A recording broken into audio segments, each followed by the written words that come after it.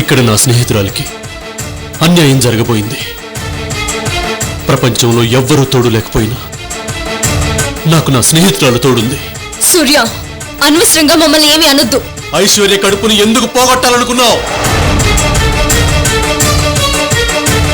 చెప్పాలనే వచ్చాను, కానీ అప్పటి సిచ్యువేషన్ వల్ల చెప్పలేకపోయాను.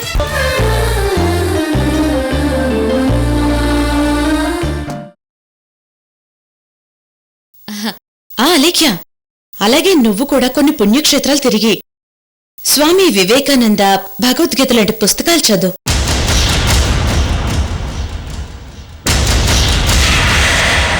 నాకు విశేషమేం లేదే. ఏం లేదా లేఖ్య, ఏది మంచో ఏది చెడో అనే జ్ఞానం నీకు కూడా వస్తుంది.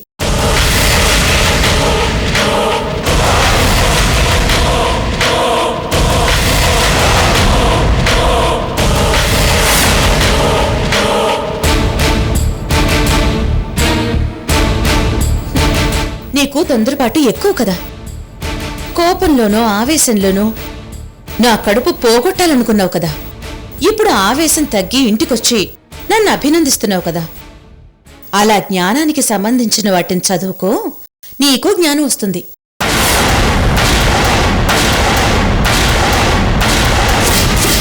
అంటే ఇప్పుడు నేను అజ్ఞానంలో ఉన్నానంటావా ఐశ్వర్య? అవునా లేఖ్య?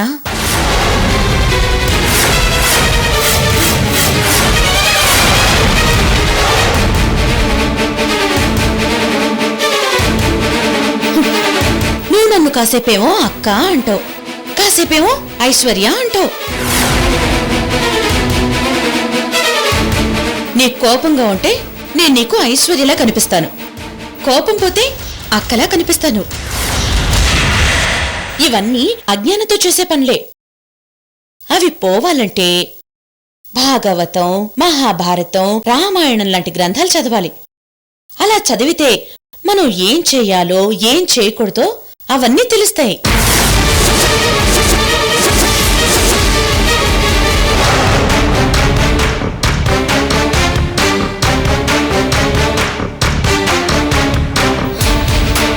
నేనొస్తే ఎప్పటిలానే సొంత చెల్లెల్లా రిసీవ్ చేసుకొని ఇప్పుడు ఇలా మాట్లాడతావా? ఎంతలా నటించావా ఐశ్వర్య? ఎస్, ఇది నటనే నటనే నటనే. నువ్వెలా నటించావో నేను కూడా అలాగే నటిస్తున్నాను లేఖ్య.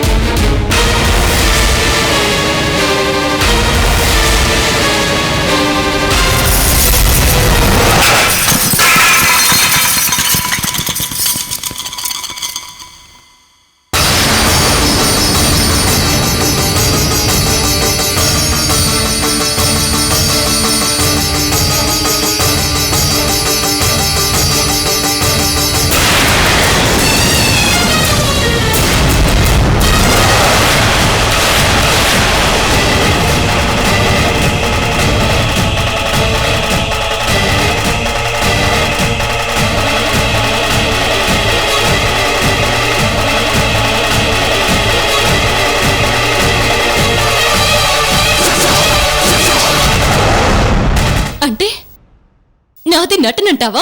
ఇందులో నో డౌట్ నీది నటనే.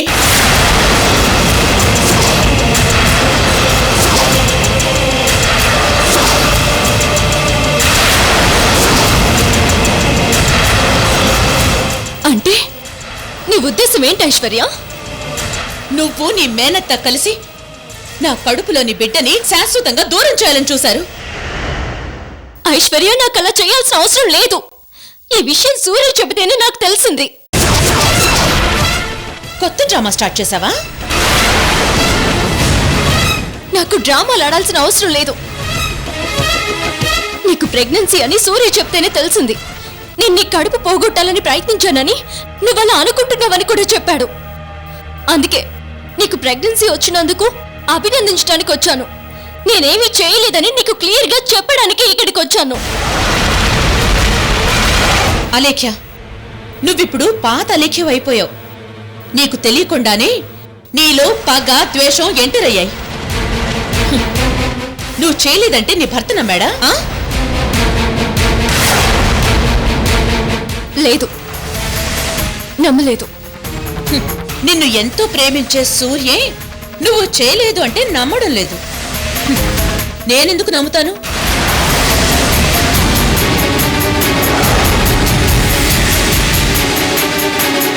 అయ్యో, నేను చేయని తప్పుకి అంతా నన్ను నిందిస్తున్నారు. నాకు గాని మా అత్తయ్యకి గాని ఇందులో ఏ పాత్ర లేదంటే ఎవరు నమ్మడం లేదు. నువ్వు సూర్య నన్ను అర్థం చేసుకోవడం లేదు. నేను పాతలెక్కినైపోయానని పదే పదే అంటున్నారు. అది నాకు చాలా బాధగా ఉంది. వద్దు లేఖ్యా, వద్దు. కొంచెం తగ్గించు.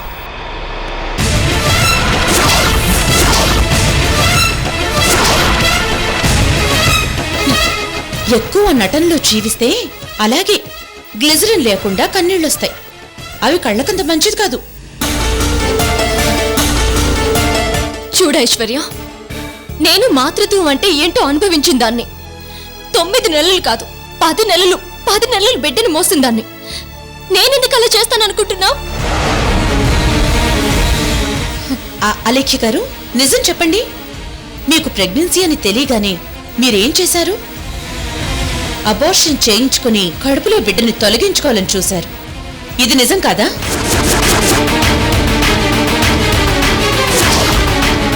డాక్టర్, ఏంటి మీరు అనేది?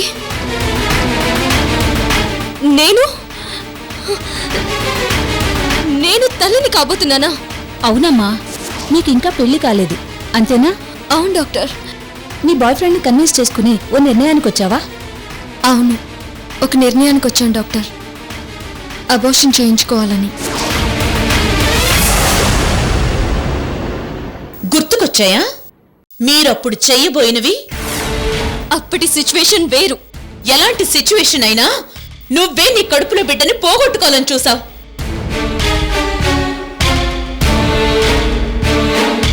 అలాగే ఇప్పుడు నీకు యాంటీగా పనిచేస్తున్న నా మీద పగతో నా కడుపులో బిడ్డని పోగొట్టడానికి ప్రయత్నించలేదని నేనెలా అనుకోగలను?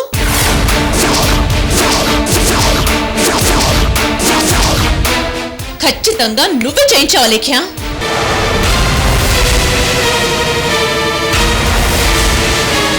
ఏ ఐశ్వర్య, నువ్వు నమ్మితే నమ్ము, లేకపోతే లేదు. నేనప్పుడు నా కడుపులో బిడ్డని తొలగించుకోవాలని చూడడానికి కారణం ఎవరో తెలుసా? నువ్వు. అసలు నీ మూలంగానే నా కడుపులో బిడ్డని తొలగించుకోవాలనుకున్నాను.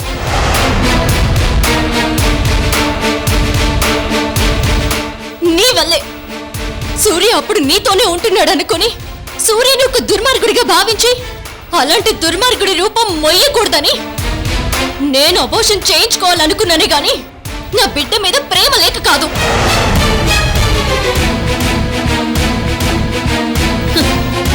నీ విషయంలో ఏం జరిగినా అందుకు కారణం ఐశ్వర్యో సూర్యో అవుతారు. లేని తప్పుల్ని ఉన్నాయని చూపటం నీకు అలవాటైపోయిందా లేఖ్యా? కానీ ఒక్క విషయంలో మాత్రం నాకు చాలా సంతోషంగా ఉంది. నా అమ్మతనాన్ని నువ్వు పోగొట్టాలని చూసినా సూర్య మాత్రం నన్ను రక్షించాడు. అయ్యో, నేను చేయలేదంటే వినవేంటి? వినను. అసలు ఇలాంటి విషయాలు చేయించటం నీ లెవెల్కి చాలా చిన్నది. నా విషయంలో ఇంతకంటే ఎక్కువ దుర్మార్గం చేసిందానివి. ఏమో, రేపు నన్ను చంపించడానికి చంపడాన్ని కూడా వెనకడవేమో. ఐశ్వర్య, ఒకప్పుడు నిన్ను చంపాలని ప్రయత్నం జరిగితే నేనే నిన్ను కాపాడి నా ఇంట్లో పెట్టుకున్నాను.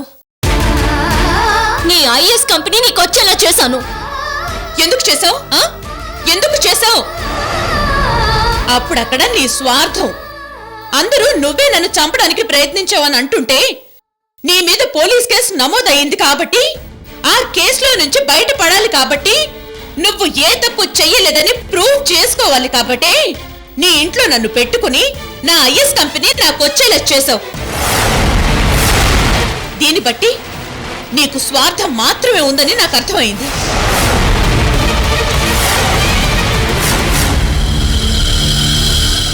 అలేఖ్య, నువ్వు మనుషులకు ఉపయోగపడవు, కానీ ఎలా ఉపయోగించుకోవాలో నీకు బాగా తెలుసు కాబట్టే నాకు మంచి చేసినట్టే చేసి నన్ను నీ గ్రిప్ లో పెట్టుకున్నావు. ఇందులో నీ స్వార్థం తప్ప ఏముంది? ఏముంది?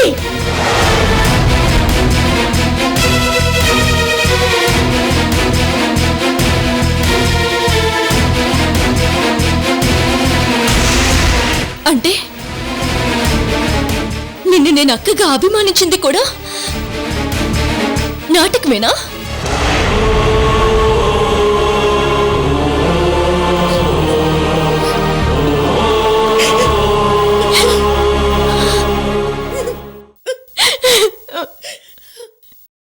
కళ్ళ ముందు కనబడుతుంటే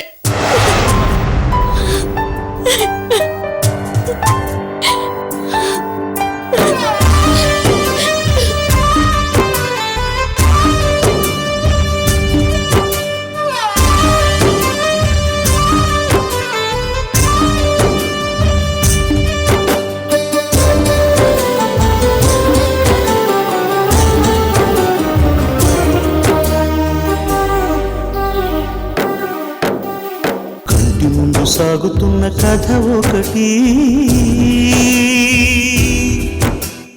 గుండెలోన దాగి ఉన్న వ్యధ ఒకటి. ఎవరికి ఎవరో చివరికి ఎవరో కలిసేదెందుకు, ఎడబాటెందుకు, విధి ఆడించే బొమ్మలాట ఇది, విధి ఆడించే. నేను నిన్ను సొంత చెల్లెల కంటే ఎక్కువగా చూసుకున్నాను. అలా నేను కూడా మా అక్కని చూసుకోవాలనే జ్ఞానం కూడా నీకు లేకుండా నువ్వు నాకు ద్రోహం చేయాలని చూసావా లేఖ్య?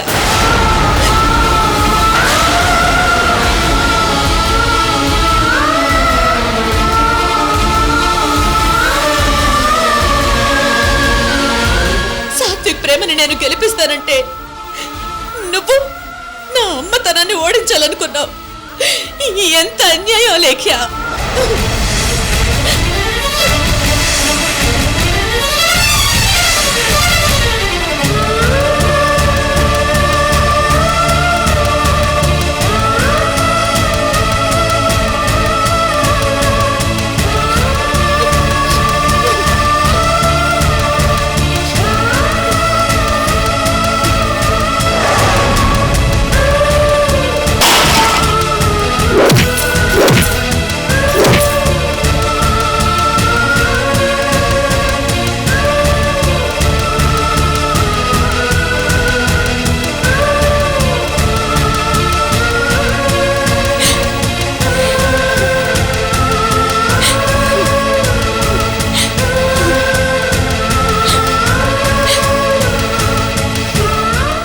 సూర్య వచ్చి నన్ను కాపాడాడు కాబట్టి సరిపోయింది.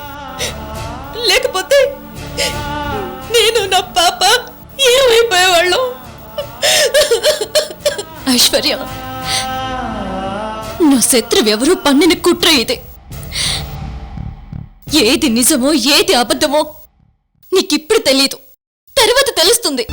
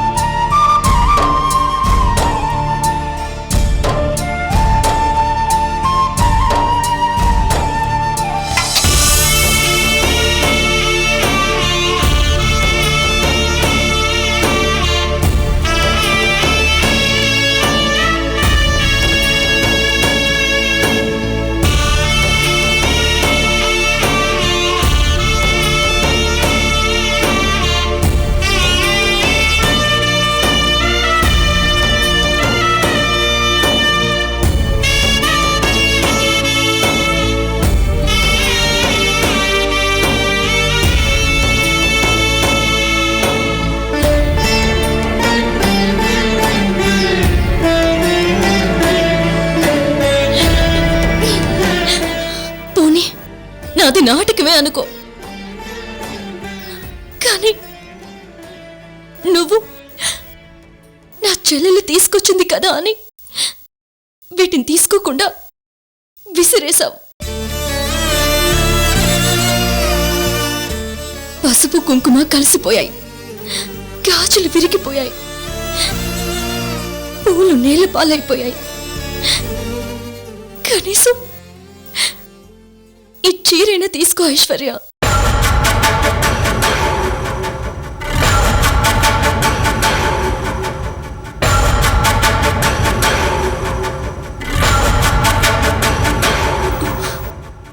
ప్రేమతో నీ ఇంటికొస్తే నువ్వు నాకిచ్చిన బహుమతి నింద.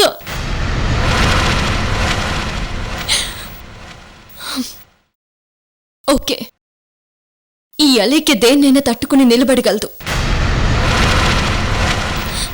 నిలబడుతుంది.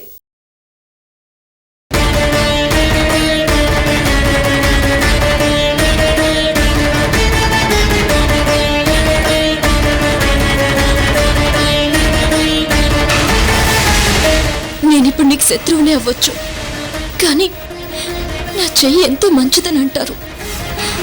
ఆ సెంటిమెంట్తోనైనా నీ నుదుటిన బొట్టు పెట్టనివ్వు.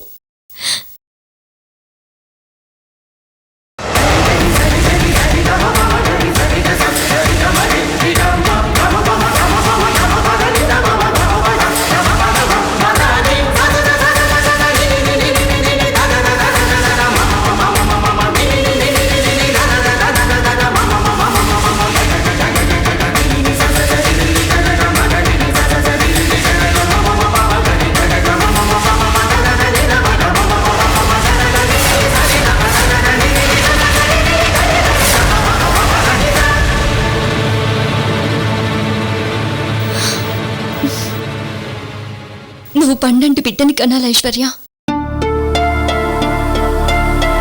నా వీరుకి చెల్లెల్నివ్వాలి.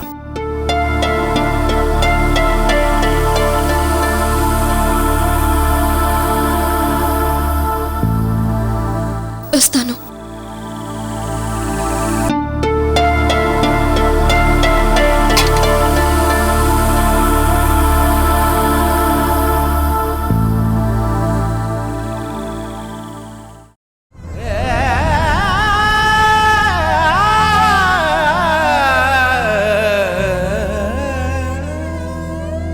నేస్తమా నేస్తమా ఇంత శిక్ష న్యాయమా, అనురాగమే నేరమా, స్నేహమే ద్రోహమా, కాణరాణి దైవమా, బలి కోరటం న్యాయమా, బంధమే ఈవేళ తెంచుకుపోతే కన్నీరే ఏరై పారేనా.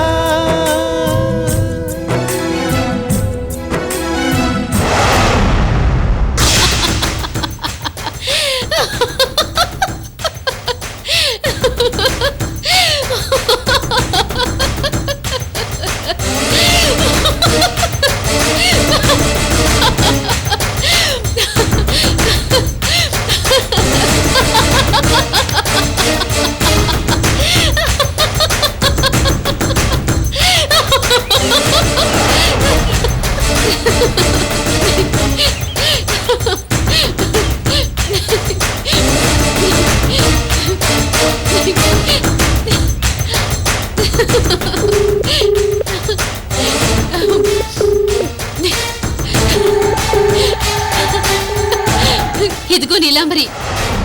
చెప్పండి మేడం. అలేఖ్య ఐశ్వర్యల పగ తీవ్ర స్థాయికి వచ్చేసింది. వాళ్ళిద్దరూ ఉత్తరం దక్షిణంగా విడిపోయారు. ఉత్తరం పోస్టాఫీసులో వేస్తాం, దక్షిణ హుండీలో వేస్తాం. ఒక్కసారి వాటిని వేశాక మనం తిరిగి తీయలేం.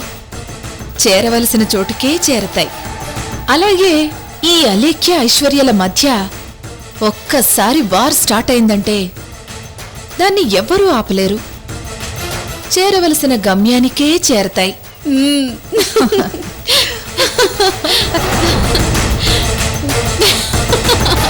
పాపం చాలా పీక్ స్టేజ్కి వెళ్ళిపోతారు ఇద్దరు.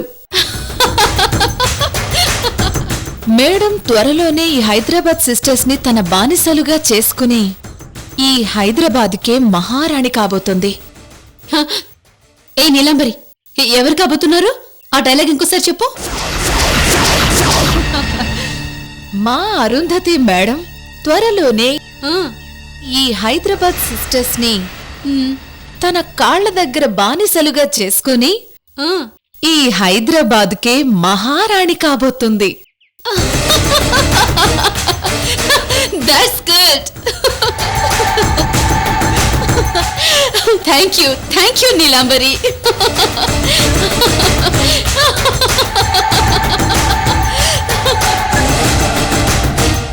ఉత్తరం దక్షిణం. ఇంజూరియస్ టు హెల్త్ 500% నిజం.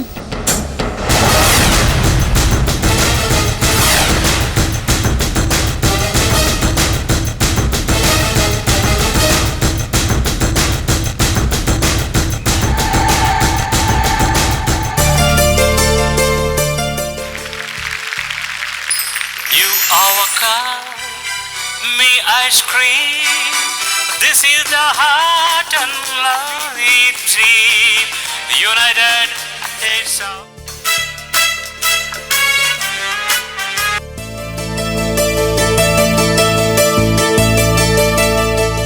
అత్తయ్య, కాఫీ తీసుకోండి.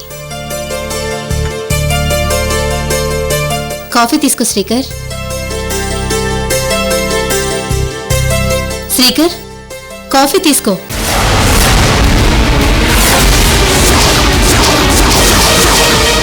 నాకొద్దు.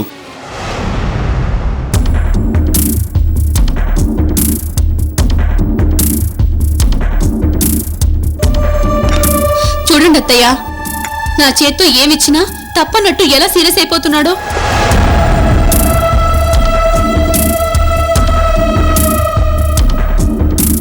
ఒరే శ్రీకర్, ఏమిట్రా ఇది?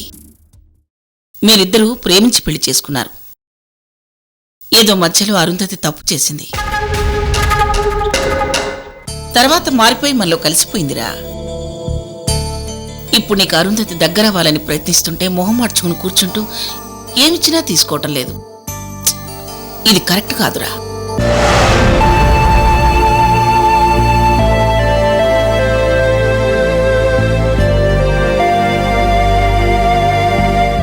అమ్మ అరుంధతి, అసలు అలేఖి ఇంట్లో ఉండద్దు, మన ఇంటికి వెళ్ళిపోదాం పద. అక్కడ వీడెలా నీకు దగ్గర కాడో నేను చూస్తాను. అమ్మా, నాకు నా ఇల్లు అయినా ఒకటే, ఈ ఇల్లు అయినా ఒకటే. అక్కడ అమ్మ ఉంటుంది, ఇక్కడ అమ్మ ఉంటుంది. మీ మేనత్త మేనగోళ్ళ బుద్ధులు ఒకటే కదా. అలేకి కూడా నీలాగిన క్లాస్ పీకుతుంది. తను ఇక్కడే ఉంటుందిలే. లేదత్తయ్య, నేను మీతో వచ్చేస్తాను. వద్దు, నువ్వు రావద్దు. అసలు మా ఇంట్లో నువ్వు అడుగు పెట్టొద్దు.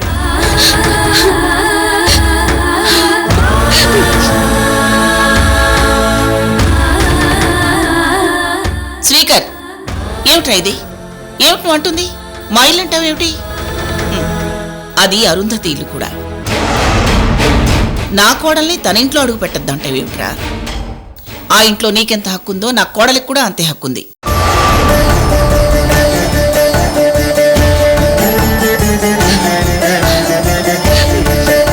అమ్మ అరుంధతి, నేను చెప్తున్నాను కదా, నువ్వు కూడా ఆ ఇంట్లోనే ఉందు గాని.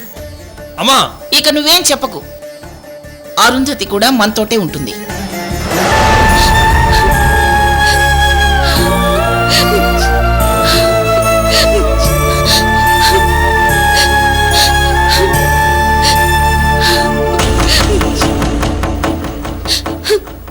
నేను శ్రీకర్ని ఎంత ప్రేమిస్తున్నానో శ్రీకర్కి అర్థం కావడం లేదు అత్తయ్య. నేను నా కోసం బ్రతకడం లేదు, శ్రీకర్ కోసమే బ్రతుకుతున్నాను. నన్ను అంతా క్షమించినా శ్రీకర్ మాత్రం క్షమించడం లేదు. నేను మారినా అర్థం చేసుకోవడం లేదు అత్తయ్య. ఏయ్, వీళ్ళంతా అమాయకులే. నువ్వు మారావని కన్నీళ్ళు కార్చగానే కరిగిపోయి వీళ్ళంతా నమ్మారు. కానీ నేను చచ్చిన నమ్మను. చూడు, బొగ్గుని పాలల్లో ముంచి తెల్లగా మారుతుందని నమ్ముతారేమో గాని నువ్వు మంచిగా మారావంటే నేను నమ్మను. నీ దుష్ట బుద్ధి అంత తేలిగ్గా పోదే.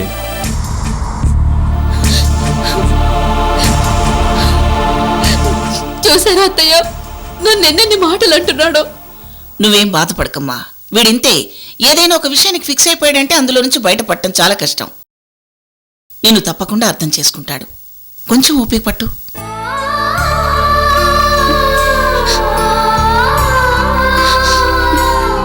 అలాగే అత్తయ్య.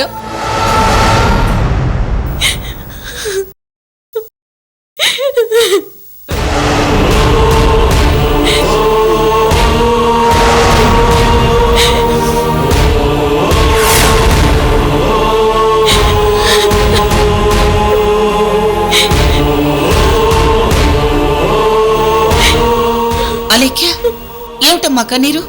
ఏం జరిగింది? ఐశ్వర్య నన్ను దారుణంగా అవమానించింది అత్తయ్య, ఘోరంగా అవమానించింది.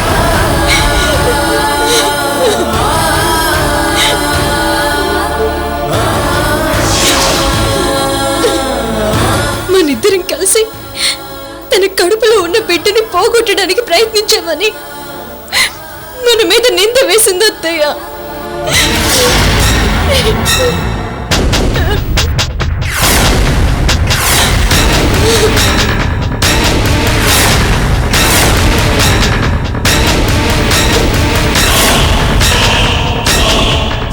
మనం పోగొట్టడానికి ప్రయత్నించడం ఏంటమ్మా?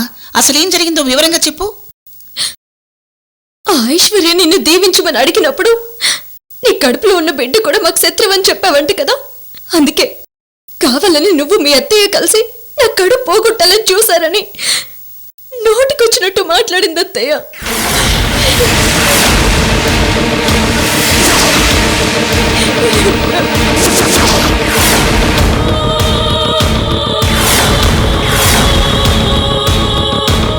నేను అక్క అని ఎంతో ప్రేమగా పసుపు కుంకుమలు తీసుకువెళితే వాటిని విసిరి పారేసింది అత్తయ్య.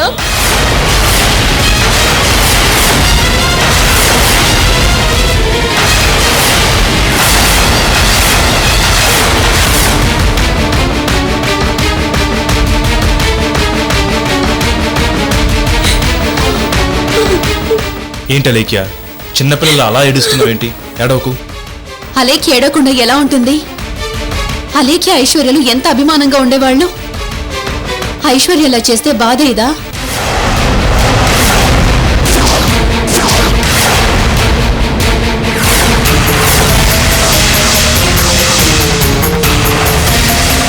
అదేంటి అలేఖ్య, మనం ఐశ్వర్యకి అంత దుర్మార్గులా కనిపించావా?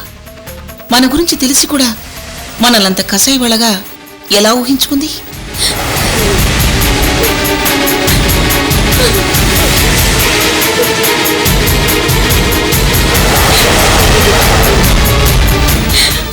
ఐశ్వర్య కాదత్తయ్య, మనమే ఈ పని చేశామని ఐశ్వర్య మాటని పట్టుకుని సూర్య కూడా మన మీద నింద వేశాడత్తయ్య.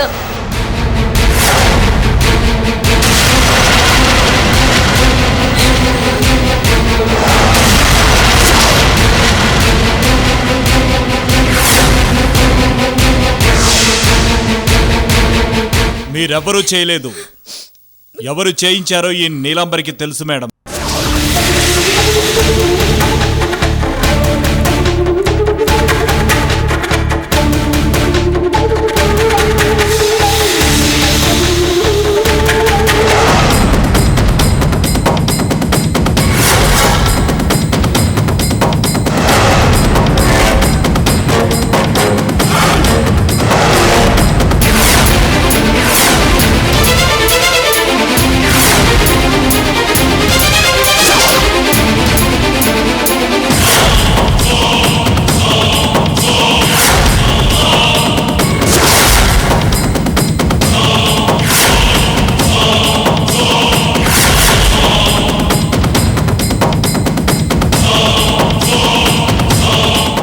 ఏంటి హర్షవర్ధన్ దీన్ని ఇక్కడికి తీసుకొచ్చావు? చచ్చా, ఇది ఒట్టి అమాయకురాలు మేడం. మనం అనవసరంగా దీన్ని అనుమానించాం. ఇది చెప్పిన మాటలను బట్టి దీనికి తెలిసిన వాళ్ళందరినీ ఎంక్వైరీ చేశాను. దీనికంత సీన్ లేదు మేడం.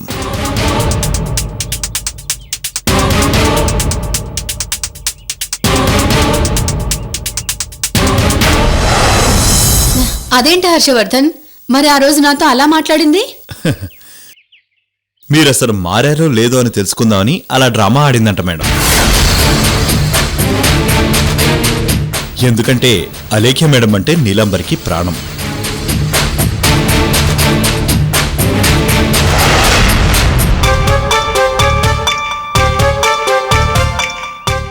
ఆవిడికి మీ మూలంగా ఏ హాని జరుగుతుందో అని భయపడి మీ నుంచి అసలు నిజం రాబట్టడానికి అలా నాటకం ఆడింది.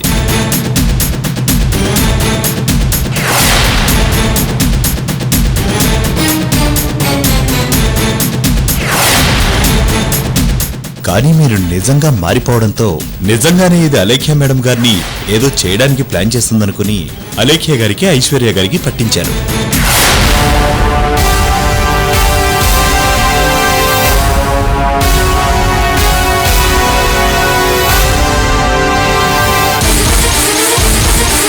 ఈ పిచ్చిది తన ఆడిన డ్రామాలో తనే ఇరుక్కుపోయింది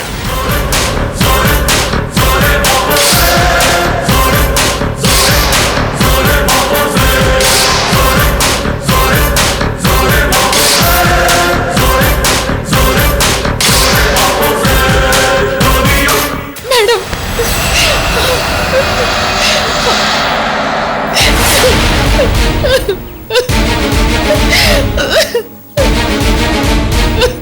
నేను చెప్పేది నిజం మేడం.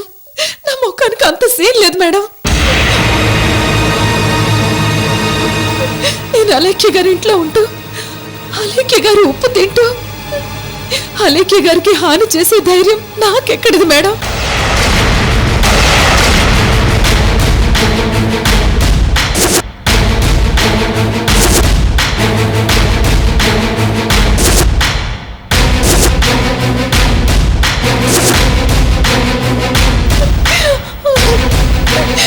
అరుంధతి గారు మారారో లేదో, మీకెక్కడ హాని చేస్తారో అని భయం వేసి నేను అలా నాటకం ఆడాను మేడం.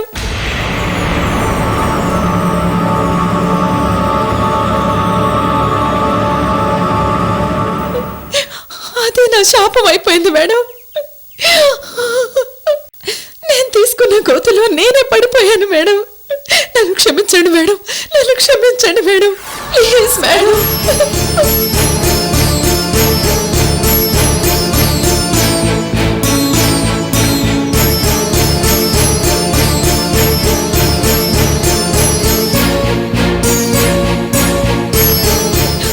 అమ్మా, మీరు నన్ను ఎలా చూసుకున్నారమ్మా?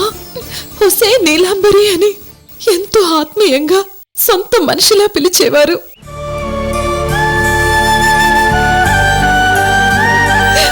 నేను ఒకరికి హాని చేసేదానిలా కనిపిస్తున్నానమ్మా. మీరైనా చెప్పండి అమ్మా, ప్లీజ్ అమ్మా.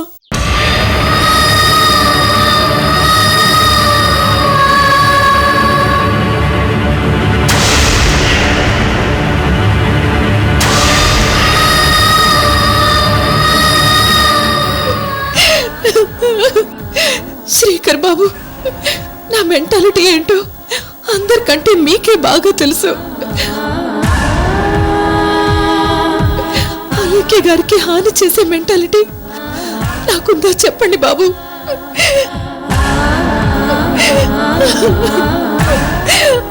నీలాంబరి, ముందు పైకిలే.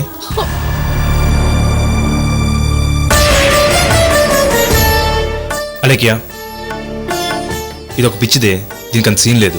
ఇదిగో అరుంధతిని టెస్ట్ చేయబోయి ఇది ఇరుక్కుపోయింది. క్షమించి వదిలేసాయి. మేడం, నేను దేని మీద ఒట్టేసి చెప్పాలో చెప్పండి మేడం. నాది మీకోసం ప్రాణాలు ఇచ్చే మనస్తత్వమే కానీ ప్రాణాలు తీసే మనస్తత్వం కాదు మేడం. నన్ను నమ్మండి మేడం.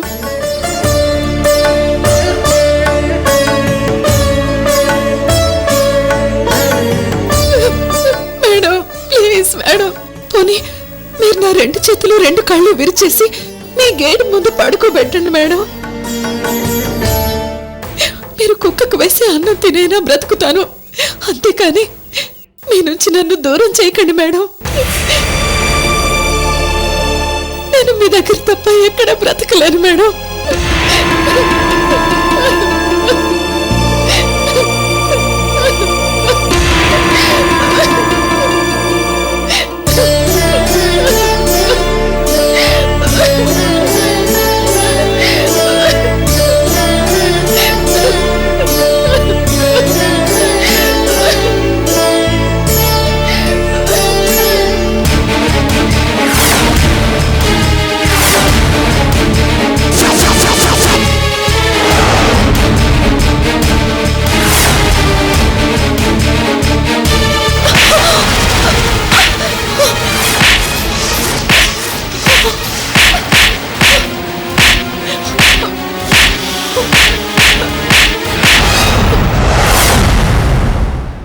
నేను నిన్ను ఎందుకు కొట్టానో తెలుసా? నువ్వు వాడిన నాటకంలో కూడా నాకు హాని చేసేదల్లా మాట్లాడినందుకు.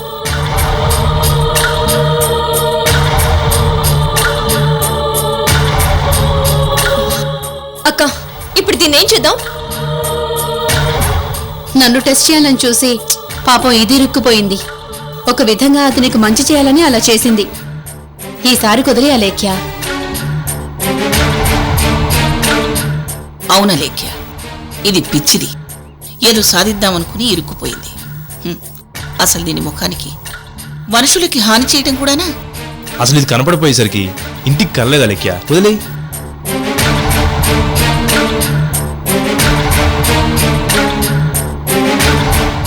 అవును హర్షవర్ధన్, ఇందాక మీరెవరూ చేయలేదు. ఎవరు చేయించారో ఈ నీలాంబరికి తెలుసన్నావు కదా. అసలు ఆ విషయం నీలాంబరికి ఎలా తెలుసు?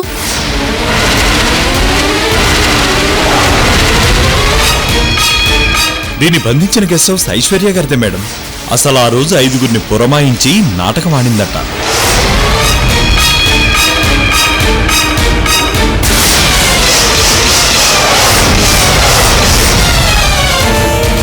చెప్పవే నీలాంబరి, అసలేం జరిగిందో మేడం గారికి మొత్తం చెప్పు.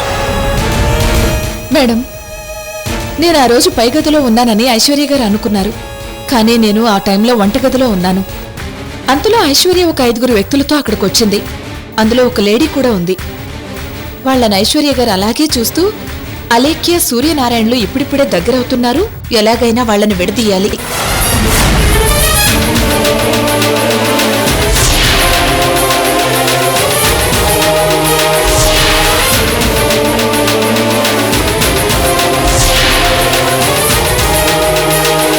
మీరంతా నా ప్రెగ్నెన్సీ పోగొట్టడానికి ప్రయత్నిస్తున్నట్టు నాటకమాడండి. నేను ఆ టైంలో సూర్యకి ఫోన్ చేసి రమ్మన్నట్టు చెప్తాను. అప్పుడు సూర్య వచ్చి నన్ను రక్షిస్తాడు. సూర్య దృష్టిలో అలేఖ్య దోషి అవుతుంది. ఆ తర్వాత వాళ్ళిద్దరి మధ్య దూరం పెరిగిపోతుంది అని వాళ్లతో చెప్పడం నేను స్వయంగా చూసి విన్నాను మేడం.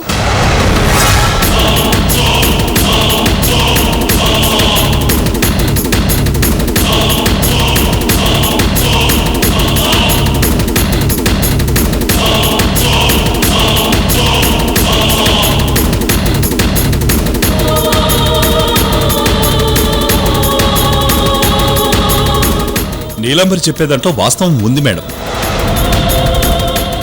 ఐశ్వర్య గారి చేతి నుంచి ఫోన్ జారిపోవడం ఏంటి? అదసలు సూర్య గారికి డైల్ అవడం ఏంటి?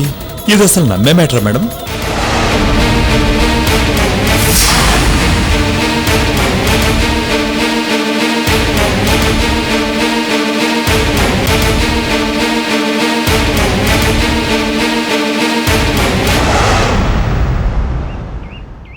ఆవిడ టోటల్గా ఏదో చేయాలనుకుంటున్నారు మేడం. ఆవిడ ఏదో వ్యూహంతో ఉన్నారు. దానిలో భాగంగానే ఈ నాటకం ఆడించారు మేడం. ఇంకా నేను మీ మనిషిగానే ఉంటాను. ఆవిడ ముఖం కూడా నేను చూడను.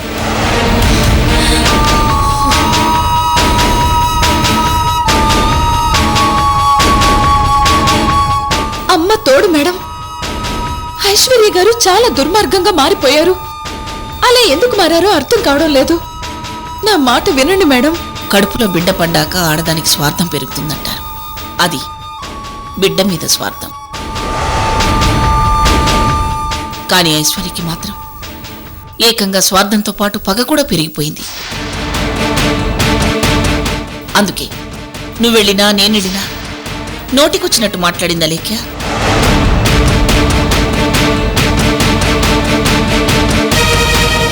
ఓసే నీలంబరి, పో లోపలికి వెళ్ళి వంట చేయి. వెళ్ళు.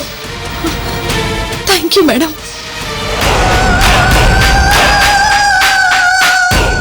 అత్తయ్య, నువ్వు చెప్పింది నిజం. కడుపులో బిడ్డ పడ్డాక అమ్మతనం పెరుగుతుంది. కానీ ఐశ్వర్యకి అహంకారం పెరిగిపోయింది. తన కడుపులో బిడ్డ పడగానే కోపం పగ కూడా పెంచుకుంది. పాతవన్నీ గుర్తు చేసుకుని మనల్ని దెబ్బ కొట్టాలని చూస్తుంది.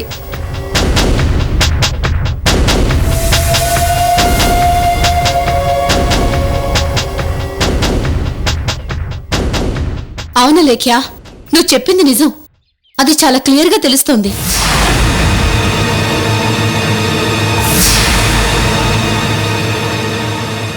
ఐశ్వర్య గారు అలా చేశారంటే నాకు నమ్మబుద్ధి కావటం లేదు. మీరు తొందరపడి ఒక నిర్ణయానికి రావద్దు.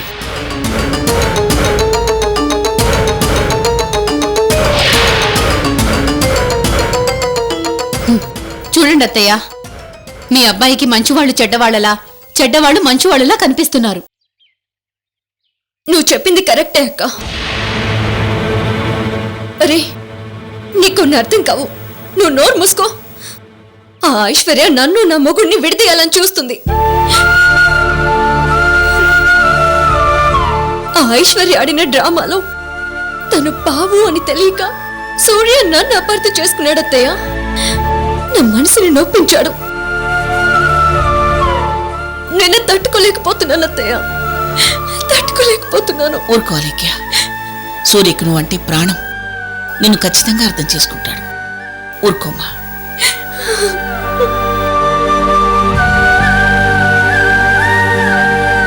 అలేఖ్య, నువ్వు బాగా టైర్డ్ అయినట్టున్నావు. ఉండు, నేను నీకు కాఫీ తీసుకొస్తాను.